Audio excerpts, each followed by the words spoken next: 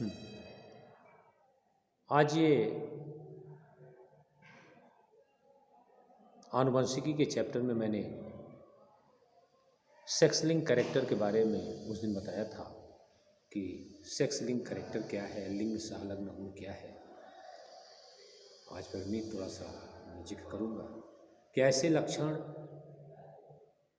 ऐसे vegetative character, ऐसे कायिक लक्षण जिन्हें ऑटोसोम के द्वारा ट्रांसफ़र होना चाहिए, इनहेरिट होना चाहिए, लेकिन ये लक्षण भी कुछ ऐसे होते हैं जो सेक्स क्रोमोसोम से ये इनहेरिट होते हैं या ट्रांसफ़र होते हैं, वंशागत होते हैं संतानों में।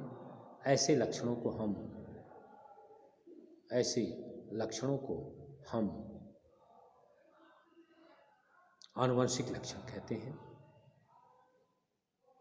लेकिन ये जो आनुवंशिक लक्षण हैं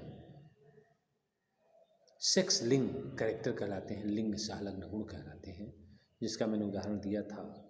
जैसे आपका सिस्टिक फाइब्रोसिस है, थैलासीमिया है, कलर ब्लाइंडनेस है, हीमोफीलिया है। ये सभी कैरेक्टर जो है सेक्स लिंग कैरेक्टर के अंतर्गत आते हैं। कलर ब्लाइंडनेस को मैंने बताया था कि इसके रोगी को लाल और हरा में कोई डिफरेंस महसूस नहीं होता। हीमोफीलिया भी एक सेक्स लिंक कैरेक्टर है। हीमोफिलिक रोगी की सबसे बड़ी डिमेरिट ये होती है, सबसे बड़ी कमी ये होती है कि इस रोगी के शरीर में जो ब्लड होता है वह कोआगुलेट नहीं करता, वह थक्का नहीं बनता। अगर एक बार कट गया तो वहाँ ब्लड का थक्का नहीं बनता, बल्कि वह ब्लीडिंग कंटिन्यूअसली जो है होता रहता है और इस प्रकार से रोगी जो है सरवाइव नहीं कर पाता। देखिए, सेक्स लिंक कैरेक्टर में भी दो तरह के सेक्स लिंक कैरेक्टर होते हैं। एक तो एक्स लिंक कैरेक्टर और एक वाई लिंक्ड कैरेक्टर। तो वाई लिंक्ड कैरेक्टर ऐसे कैरेक्टर होते हैं, ऐसे आनुवंशिक रोग या लक्षण वंशागत होते हैं जो हमेशा पुरुष से पुरुष में ही होते हैं, पुरुष से हमेशा बालकों में होता है, क्योंकि वो वाई गुणसूत्र से ही वो वंशागत होते हैं। तो इन्हें हम कहते हैं वाई लिंग सहलग्न गुण। जैसे कानों में बालों का उगना। कुछ लोगों के शरीर में आपने देखा होगा कि उनके कान में बाल के गुच्छे पाए जाते हैं या बाल बहुत अधिक उगते हैं। उनको हाइपरट्राइकोसिस कहते हैं और ये अगर पिता को है तो उनके पुत्र में भी होगा। तो ये हाइपरट्राइकोसिस जो है ये आनुवंशिक लक्षण है, वाई लिंग सहलग्न आनुवंशिक लक्षण है। दूसरा है यक्स लिंग सहलग्न लक्षण। यक्स लिंग सहलग्न लक्षण जो होते हैं ये यक्ष गुणसूत्रों से ही इनकी वंशागति होती है, लेकिन इसमें एक आश्चर्यजनक घटना होती है कि यह हमेशा माता से पुत्र को प्राप्त होता है, पिता से नहीं।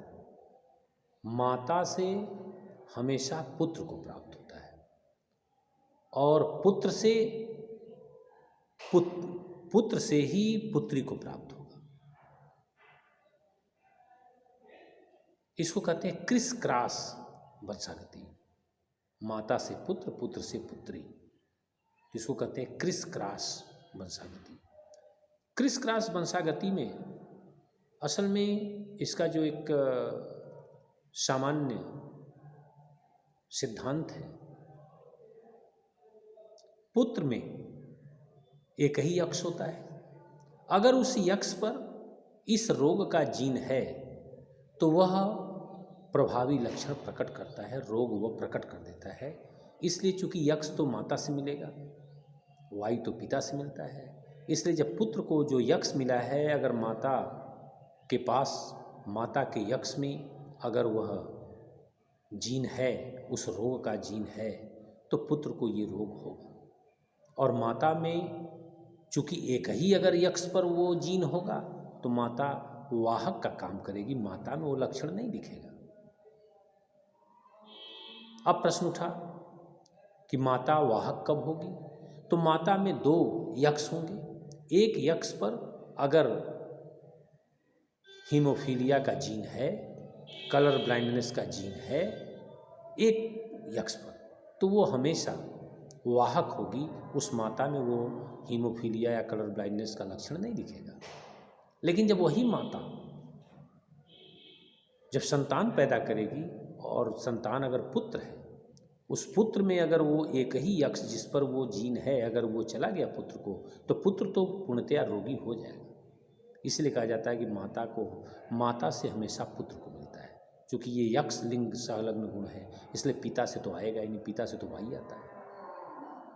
अब सवाल ये है कि माता कब रोगी होगी? तो माता के रोगी का मतलब ये है कि माता के दोनों यक्स पर अगर इसके जीन होंगे, रोग के जो जीन होंगे वो अगर दोनों यक्स पर होंगे, तभी जो है माता में यह रोग दिखेगा। अब कैसी संभावना है? सपोज कर लीजिए अगर पिता भी रोगी है, अर्थात पिता के भी एक यक्स पर इसका जीन है कलर ब्लाइंडनेस का, और संयोग से अगर वह सामान्य माता से शादी करता है, सामान्य माता अगर प्रोजनी पैदा करती हैं जिसके एक ही यक्स पर कलर ब्लाइंडनेस का जीन है, तो मादा गैमीट और नर गैमीट जब दोनों मिलेंगे और संयोग से अगर पुत्री हुई और उस पुत्री को पिता वाला यक्स तो मिलेगा ही, और इधर माता से भी वही यक्स मिला जिस यक्स पर उस गुण का, उस रोग का जीन है। इसका मतलब कि पुत्री के पास जब दोनों यक्स पर रोग के जीन पाए जाएंगे, एक पिता से आया एक माता से आया, माता सामान्य है पिता रोगी है, लेकिन पुत्री को संयोग से जो यक्स मिल रहे हैं उस यक्स पर रोग के जीन हैं, तो निश्चित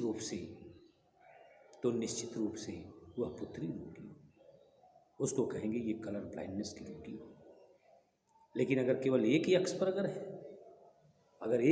अगर है, तो निश्चित रूप से वह पुत्री रोगी नहीं होगी, वह वाहक होगी, कैरियर होगी।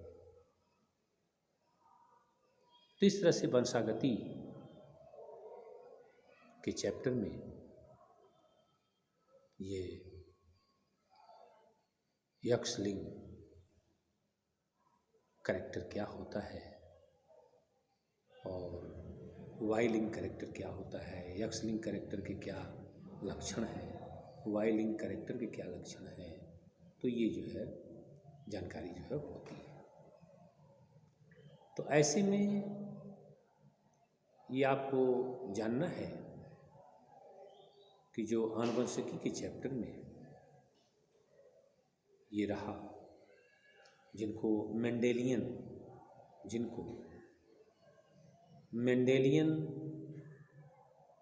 इनहेरिटेंस कहते हैं या मेंडेलियन डिसऑर्डर कहते हैं।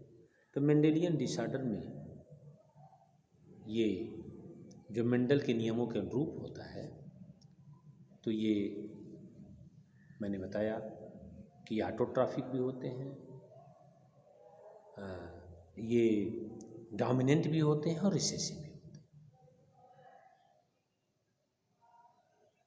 तो ये ऑटोसोमल भी होंगे और अल्लोसोमल भी होंगे। ऑटोसोमल में भी डोमिनेंट होंगे, रिसेसिव होंगे, और अल्लोसोमल में भी डोमिनेंट होंगे और रिसेसिव होंगे।